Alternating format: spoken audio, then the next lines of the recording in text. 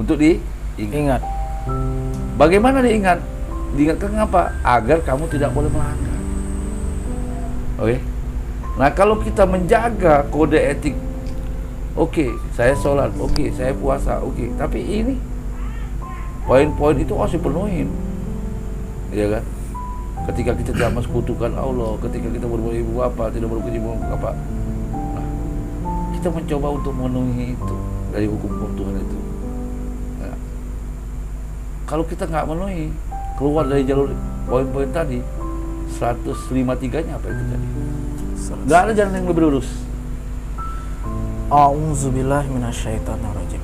Dan sungguh, inilah jalanku yang lurus. Nggak ada yang lurus. Poin-poin tadi, inilah jalan lurus. Maka ikutilah. Jangan kamu ikuti jalan-jalan yang lain yang akan mencerai-beraikan kamu dari jalannya. Demikianlah dia memerintahkan kepadamu agar kamu bertakwa. Nah, agar kamu bertakwa. Jadi janji itu adalah alat untuk mengingat poin-poin tadi. Itu jalan lurus. Terus bagaimana cara kita berjanji? Ya kan? Bagaimana kita cara berjanji? Diajarin oleh Allah tata caranya. Ya kan? 48 ya. 48 ayat 10. A'udzubillahi minasyaitonirrajim. Bahwasanya orang-orang yang berjanji setia kepadamu. Munya itu kepada Allah sebenarnya hakikatnya. Tapi harus ada orang yang bisa menyampaikan ini. Tapi hakikatnya adalah hakikat dasarnya adalah Allah. Tapi harus ada munya yang ngambil, yang kita minta bayar. Ya kan? Terus Sesungguhnya mereka hanya berjanji setia kepada Allah. hakikatnya sebenarnya berjanji dengan Allah, bukan berjanji dengan saya, bukan. Lagi sesungguhnya Mereka hanya berjanji setia kepada Allah. Tangan Allah di atas tangan mereka. Maka barang siapa melanggar janji, maka sesungguhnya dia melanggar atas janji sendiri. Dan barang siapa menepati janjinya kepada Allah, maka dia akan memberinya pahala yang besar. Jadi ketika kita ngadakan perjanjian, munya kepada orang yang kita percaya, ya kan? Bukan kepada orang yang kita anggap percaya gitu. Sebenarnya berjanji dengan Allah, otakmu ke Allah, bukan ke saya. Karena apa? Selanjutnya, ketika kau melanggar janji, karena dosamu sendiri. Ketika kamu memenuhi janji Allah yang kau janjikan itu, dapat karunia, ya buat kau sendiri, bukan dapat dari aku. Kan gitu. Itu menunjukkan sesungguhnya kamu berjanji dengan Allah. Cuman kan Allah itu harus munya itu harus jelas.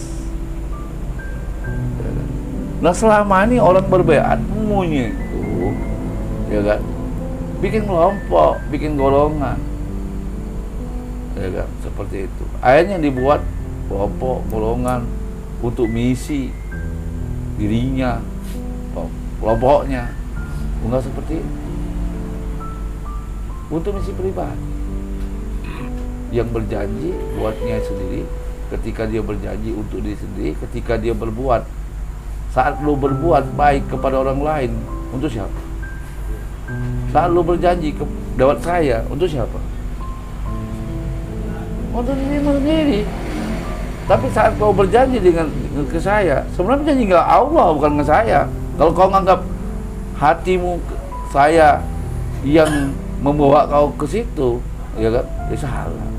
Petunjuk hidayat itu saya pengantar saja, pengantar yang memberi petunjuk hidayat itu kan Allah, bukan saya. Kan seperti itu, ya kan? Istilahnya. Ya harus kita paham. Jadi niatnya harus lurus. Jangan sampai niatnya nggak lurus, ya kan? Otak kita. Jadi Cak Fauzan, saya mempercayai kamu, aku baiat. Sebenarnya hati dan pikiran aku berjanji dengan Allah, bukan dengan saya. Ya kan? Awas lurus ini. Ini jangan sampai salah paham. Penting. Kalau kayak salah paham kan bahaya. Seperti itu. Karena misinya salah satunya kita sama-sama menjalankan aturan Allah, menjalankan hukum Allah yang ada di dalam aturan itu sendiri, ya kan? Ya, waktu Nabi semua jalankan itu. Nah, kita berusaha untuk menjalani aturan-aturan yang Nabi lakukan, Rasul lakukan, kita ikuti, ya kan? Seperti itu. Nah, soal kelompok golongan membuat perjanjian untuk misi kelompoknya, untuk misi memperkaya gurunya sendiri, urusan dia itu. Kita nggak usah mengkaji orang kelompok lain atau orang lain. Kita mengkaji diri kita. Pada dasarnya kita belajar kitab untuk diri kita, bukan untuk orang lain. Nah, kalau ada orang lain pengen belajar, kita ajari. Kalau orang pengen berjanji dalam aturan, janji menjalankan aturan hukum itu. Itu dulu niatnya harus lurus dulu, ya kan? Jadi aku berjanji ini misinya apa? Tuh, ya kan? Banyak teman-teman ketika berjanji itu misinya pengen merubah keadaan. Sama ketika orang pengen sedekah, dilipat gandakan. Jadi otaknya ganda. Ada orang misi, ya, baca Quran 1 huruf 10 pahala. Bukan ngalahkan Allah. Nah, ini yang harus dirubah mindset kita, ya kan? Kita ini kalau udah berjanji bukan anak kecil lagi, sudah dewasa, sudah balik dalam jiwa. Kalau bahasa orang Torekot, dari tahu buang tahu, ya kan? Ngapa kau berjanji? Lu ngomong, enggak, saya berjanji menjalankan hukum Tuhan yang diikuti, yang dilaksanakan oleh Nabi. Saya ngikuti sunnah Nabi, ya kan? Terus saya berjanji untuk diriku sendiri dan karena Allah, kan begitu, ya kan? Nah, ketika kita berjanji karena Allah, dikumpulkan orang-orang yang ingin berjanji mengikuti sunnahnya Allah, sunnahnya Nabi, maka kita harus sama-sama untuk berlomba-lomba satu misi tujuan dengan Tuhan. Apa misinya Tuhan itu? Ketika kita sudah berjanji, tidak lain, misinya jihad. Apa? Jihad apa? 2552. Surat 2552. Auzubillahi. Tidak ada jihad yang terbesar. Bismillahirrahmanirrahim. Maka janganlah engkau taati orang-orang kafir dan berjuanglah terhadap mereka dengan Al-Quran, dengan semangat perjuangan yang besar. Jadi proyek ini, proyek apa? Allah. Proyek apa? Al-Quran. Al-Quran bukan di belakang kan, tapi Quran di depan. Bukan ro'yun, bukan pemikiran saya, tapi Quran yang berbicara. Jadi misi kita, misi Quran. Perjuangan kita, perjuangan Quran. Kita bersedekah, misinya adalah untuk mengajarkan orang bersedekah Quran. Jangan misi kita sedekah untuk lipat ganda. Jangan. Itu anak kecil yang dirayu. Kalau kau rajin belajar, kau dapat sepeda nak, udah. Itu anak kecil, mak. Boleh. Salah, tidak. Anak kecil namanya. Kita udah dewasa. Udah balik. Ya kan? Nah, kalau sudah balik, misinya yang kita besarkan Al-Quran. Apa yang kita lakukan sedekah adalah misi Al-Quran, agar orang menjalankan Al-Quran. Misi kita berbuat baik orang lain, misinya Al-Quran, ya kan? Karena tidak ada jihad yang terbesar Al-Quran. Karena sepanjang para nabi, 25 nabi, sampai Nabi Muhammad 23 tahun, tidak ada misi yang lain Muhammad itu kecuali misinya 23 tahun Al-Quran. Tidak ada misi Muhammad membangun masjid, tidak ada misi Muhammad bangun musola, tidak ada misi Muhammad selama 23 tahun menggendeng kalam Tuhan sebagai juru kalamnya Tuhan. Isinya ini, ya kan? Seperti itu. Nah, hari ini ketika kita mencari duit, mencari harta siang dan malam hanya untuk mencari kebahagiaan akhirat yang telah dianugerahkan fasilitas ke kita, ya kan? Untuk apa? Misi satu, yaitu Al-Quran. Yang kedua, jangan lupa nikmati hidup dunia. Tapi misinya adalah mencari kebahagiaan akhirat yang sudah dianugerahkan Tuhan. Kalau dia tukang cukur, dia mencukur untuk mencari kebahagiaan akhirat. Tapi jangan lupa nikmati dunia ini, ya, bukan lari dari dunia, ya kan? Seperti itu. 2877, ya. Jangan sudah baca Quran ini tidak nyari dunia, tidak nikmati dunia. Kalau ada motor bagus, beli motor bagus lagi, ya. Auzubillahi minasyaitonirrajim. Bismillahirrahmanirrahim. Dan carilah pahala negeri akhirat. Cari pahala negeri akhirat, karena akhirat adalah sesuatu yang kekal. Dengan apa yang telah dianugerahkan. Apa yang dianugerahkan oleh Tuhan, apa yang dimaksud oleh Tuhan. Kalau dia dianugerahkan Tuhan, kau tukang buah, laksanakan anugerah Tuhan bahwa kau tukang buah. Untuk apa? Untuk mencari kebahagiaan akhirat. Tetapi janganlah kamu lupakan bagianmu di dunia. Jangan lupa dengan dunia. Mentang-mentang kau cari kebahagiaan akhirat, ya kan? Kau lupa dunia. Tidak jalan kaki, bukan seperti itu. Bukan seperti itu, salah. Jalan kaki keluyuran, ya kan?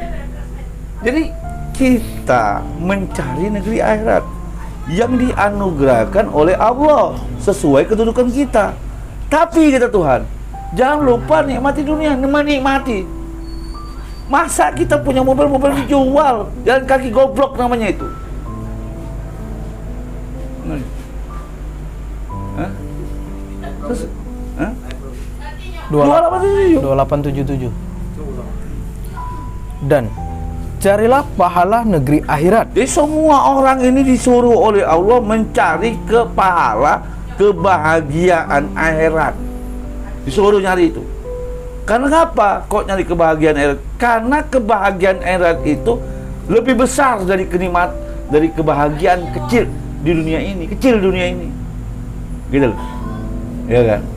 Carilah kebahagiaan akhirat itu, carilah pahala akhirat itu, terus dan berbuat baiklah kepada Allah.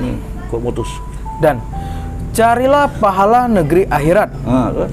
Dengan apa yang telah dianugerahkan Allah kepadamu. Apa yang dianugerahkan Tuhan kau? Tukang. Anugerah Tuhan kau memang tukang. Tukang bakar. Tukang apa itu? Pemadam kebakaran. Itu anugerah Tuhan. Tapi semua itu langkah untuk mencari pahala akhirat. Tapi jangan lupa ya Tuhan. Apa? Tetapi janganlah kamu lupakan bagimu di dunia. Jangan lupa kenikmatan dunia. Di dunia. Nanti mentang-mentang mencari akhirat, motor dijual, jalan kaki ke ini, buyan namanya itu. Nah itu maksudnya. Nah banyak orang salah paham dalam kehidupan ini. Ketika belajar agama, suruh kiai nyari akhirat, lupa dengan dunia. Biasa pakai motor ke masjid jauh 1 kilo jalan kaki, karena ngapa setiap nyari jalan kaki besar pahalanya. Itu nih antara buyan dengan pahala. Balik nyusahin seperti itu. Ya kan? Jadi seluruhnya itu jangan lupa kepada Tuhan menikmati dunia. Saya punya mobil, ya kan? Tapi mobil saya nikmati mobil. ya kan? Tapi otak saya nyari akhirat, nyari kebahagiaan akhirat sesuai kedudukan saya, ya kan? Terus ada dunia, kenikmatan saya nikmatin. Masa saya mau dakwah, ada mobil saya jalan kaki ke kampung, goblok aja saya. Hah? Ada mobil pakai AC, saya tutup AC, goblok aja. Udah difasilitasin orang buat mobil, merancang buat mobil pening kok. Bagaimana AC dengan mesin, lupa lepas AC-nya, ya kan? Seperti itu. Atau nggak dipakai AC, untuk apa pakai mobil itu dirancang pakai AC? Orang tuh mikirnya panjang sekali, ya kan? Isi dunia ini Tuhan nggak kasih untuk manusia nikmati. Ya kan? Yang nggak boleh itu kalau kamu ya, diajak berjuang lebih banyak mencari dunianya, itu sedikit. Masa kalau diajak jihad mencari pahala akhirat, malah kau lebih betah di dunia, itu nggak boleh, ya kan? Anak istri ya, yang kita hidupi itu titipan Tuhan, bukan? Tuhan. Bagian dari kita. Masa kau makan isi gula makan, goblok dong ya? Hah? Kau nyari duit untuk apa? Untuk makan. Masa kau makan isi gula makan? Masa kau makan anak kau makan? Itu kau harus dipikirin. Sudah ditanggung oleh Tuhan semua. Lewat kita. Seperti itu. Nah kita nih mau cari plus, ya kan? Isi kita, anak kita bagian dari kita. Oh ini anak kita, isi kita itu ibadah nanti dulu, ini duit, ya kan? Kita mencari isi dan anak kita itu bagian dari kita yang dititip Tuhan, ya kan? Itu ibadah loh, Sa. Iya ibadah. Itu bagian dari kamu mencari makan untuk hidup jasad kau, ibadah gak? Ibadah. Kalau kau nyari makan nggak ngidupi badan kau, berarti kau tidak bersyukur dengan nikmat. Gitu. Nah artinya kita berjanji itu bukan apa-apa, niatnya lurus karena Allah, bukan karena siapa-siapa, ya kan? Apa?